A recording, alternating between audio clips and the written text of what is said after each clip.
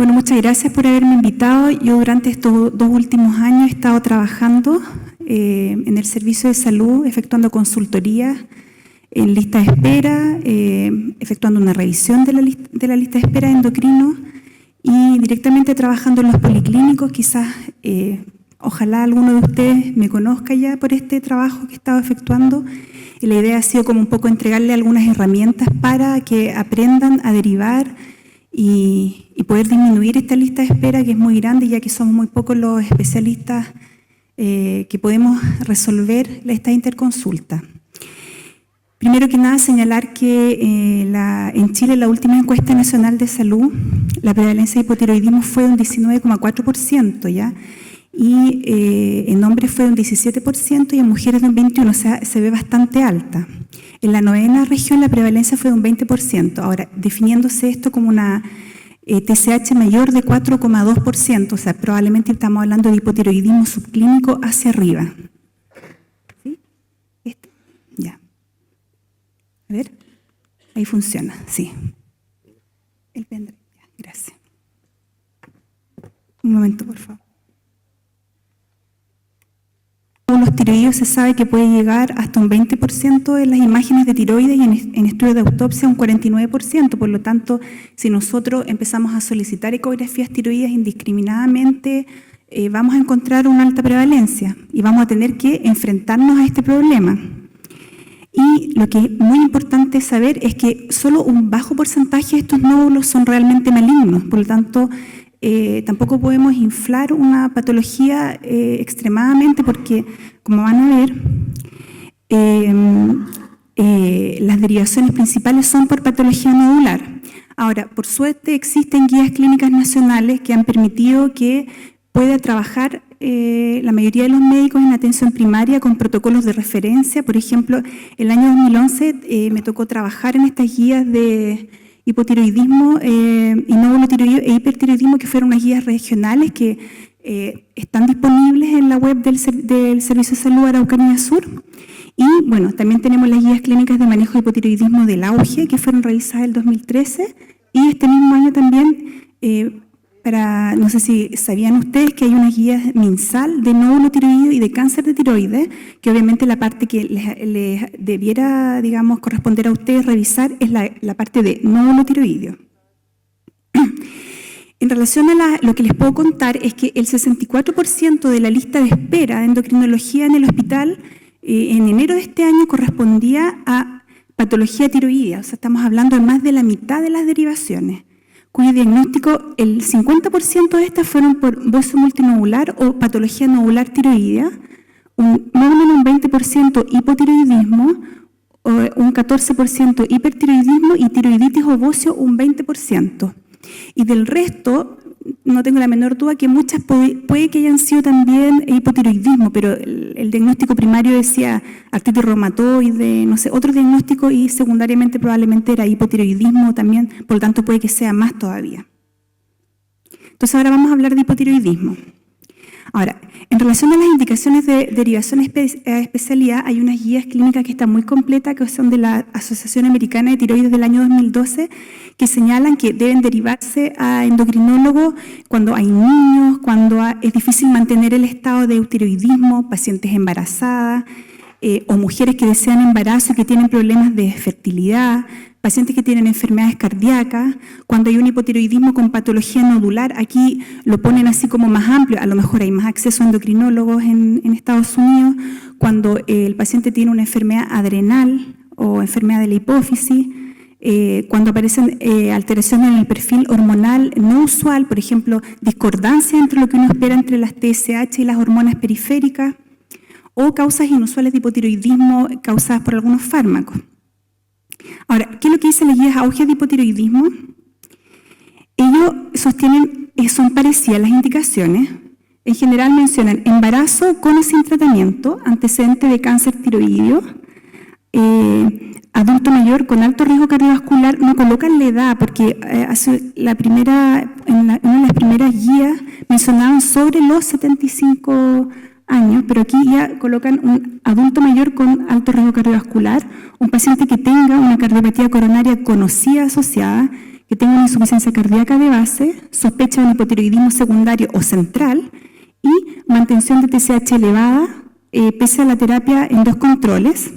También cuando hay una sospecha de un hipotiroidismo muy severo, cuando hay un nódulo palpable en presencia del hipotiroidismo, bocio persistente, lo cual yo creo que esto es un poco discutible porque va a depender del bocio, si es un bocio difuso, pequeño, no se justifica la derivación porque eso no se va a operar, a no ser que tenga síntomas compresivos, ¿verdad?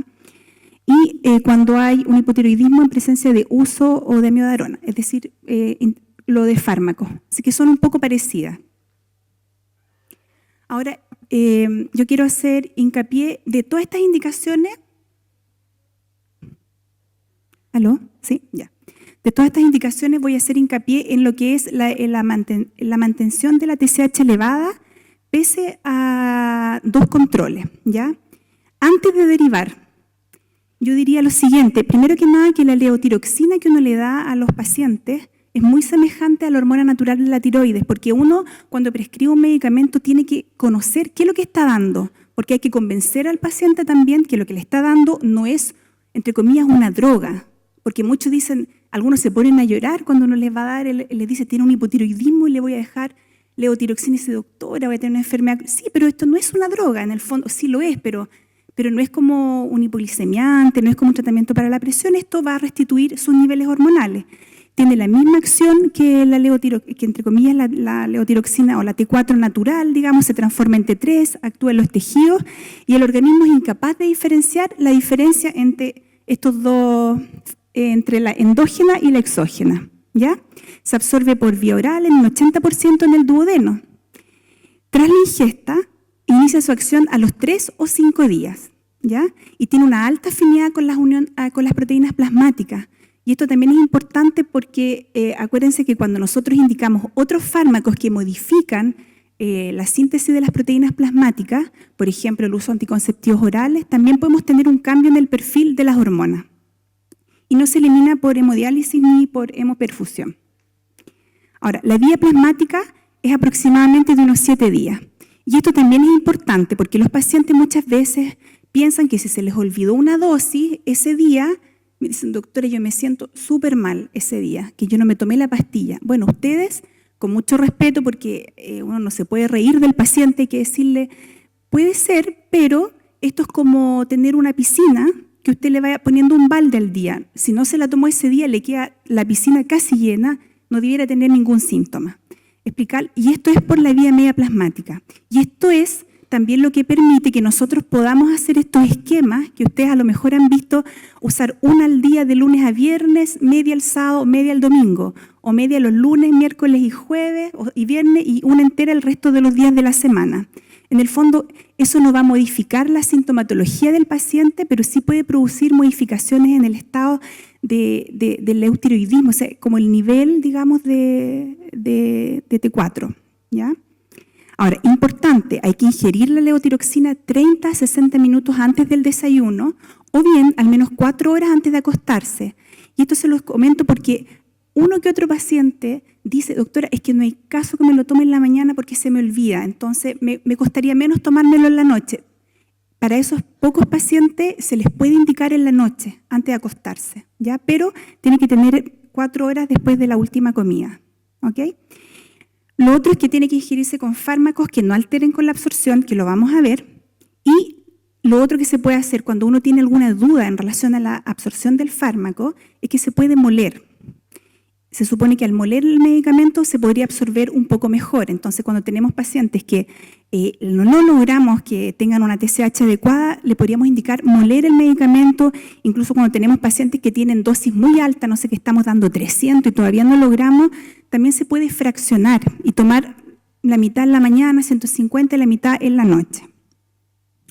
Y dentro de los fármacos que alteran la absorción de la levotiroxina, los más importantes yo les podría mencionar que son, por ejemplo, el carbonato de calcio y el sulfato ferroso. ¿Y por qué eso los menciono? Porque son fármacos que se usan durante el embarazo. Entonces, y en la embarazada es muy importante mantener los niveles normales, incluso niveles de TSH más bajos. Entonces, hay que decirle a la embarazada, cuando el doctor o la matrona le deje fierro o calcio, por favor, tómeselos separados, muy alejados de la levotiroxina, para que no tengamos problemas con los niveles plasmáticos. También los inhibidores de la bomba de protones y otros fármacos, y el hidróxido de aluminio, se sabe, el sucralfato, y otros fármacos que son de uso como más de especialidad, digamos, como el raloxifeno también o el Celebamer. Ahora, también hay que considerar que hay otros medicamentos que alteran el metabolismo a la unión de las proteínas plasmáticas, como son los estrógenos, ¿verdad? Que cuando damos estrógeno, eventualmente vamos a tener que subir la dosis de levotiroxina, y también el fenobarbital, la fenitoína, la carbamazepina, rifampicina y eventualmente la sertralina, que también son inductores enzimáticos hepáticos. Por lo tanto, cuando usamos estos medicamentos debemos rechequear la función tiroidea unas 6 semanas después y ajustar la terapia.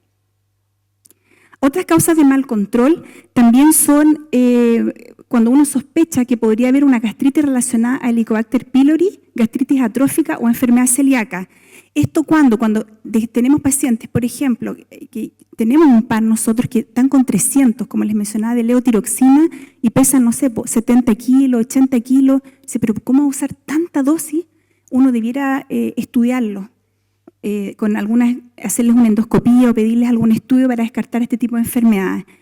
Pero la principal causa probablemente de mal control es la no adherencia. Por eso vamos a insistir, antes de derivar a este tipo de pacientes, por favor chequear la no adherencia, porque en autorreporte hasta un 22% tienen una mala adherencia al tratamiento. Y uno tiene que implementar algunas estrategias para estos pacientes. Primero que nada, recordarles cuáles son los beneficios de tomarse bien el medicamento. Se va a sentir mejor, el metabolismo va a estar más normal. Si le costaba adelgazar, tal vez le va a costar un poquito menos. No la va a hacer adelgazar, obviamente. Le va a ir mejor en el colegio, no sé si es un niño. Implementar el uso de pastilleros, por ejemplo, en caso de polimedicados, recuperar la dosis perdida. Por ejemplo, si un paciente se le olvidó tomar la pastilla en la mañana, yo le digo, señora, si se acordó, tómesela en la tarde. A usted le tocan 7 dosis semanales, preocúpese de tomar las 7 dosis semanales. La toma de dosis nocturna. Y lo otro también es descartar efectos gananciales, porque muchos pacientes también con esto logran mayor cantidad de controles médicos, pueden tener problemas psicológicos asociados y uno podría derivarlos al equipo de salud mental. En relación al hipertiroidismo, me avisan cuando esté pasándome cerca del tiempo, por favor. Ya. La mayoría de los pacientes con hipertiroidismo se van a tener que derivar al especialista. Existen pocos hipertiroidismos transitorios que se pueden resolver. Generalmente son las tiroiditis subagudas, estas tiroiditis dolorosas, o bien existen algunas tiroiditis silentes inmunológicas que pueden revertir. También existen causas de TSH bajas que son fisiológicas, como es el caso del embarazo, también otras patológicas como es el hipotiroidismo central, una TSH baja, entonces hay que pedir una T4 y una T3 para saber si es que hay un hipotiroidismo central, o bien si estamos en una UCI, en una clínica, en un paciente grave, descartar un eutiroideo enfermo, que tal vez no es un buen momento para pedir hormonas en ese momento. En la evaluación inicial de un paciente hipertiroideo, sea donde esté el paciente, siempre hay que evaluar la edad del paciente, porque mientras más edad, más riesgo tiene el paciente. ¿Cuáles son los síntomas y signos cardiovasculares? ¿Tiene síntomas de insuficiencia cardíaca, arritmia, posibilidades de estar con una isquemia? ¿Cuál es el riesgo que haga una isquemia coronaria, verdad? Porque se puede precipitar y aumenta el riesgo con presencia de hipertiroidismo, el bocio, si tiene bocio difuso, nodular, síntomas obstructivos, y en la enfermedad de base de Graves, la oftalmopatía, si tiene muchos síntomas inflamatorios oculares o exoftalmo, con exposición corneal, con el riesgo que haga una úlcera o diplopia o una neuropatía. Ahora, el estudio inicial para todos va a ser hormonas tiroideas repetidas, no basta con un nivel, pruebas hepáticas, hemograma, una glicemia también, por lo menos.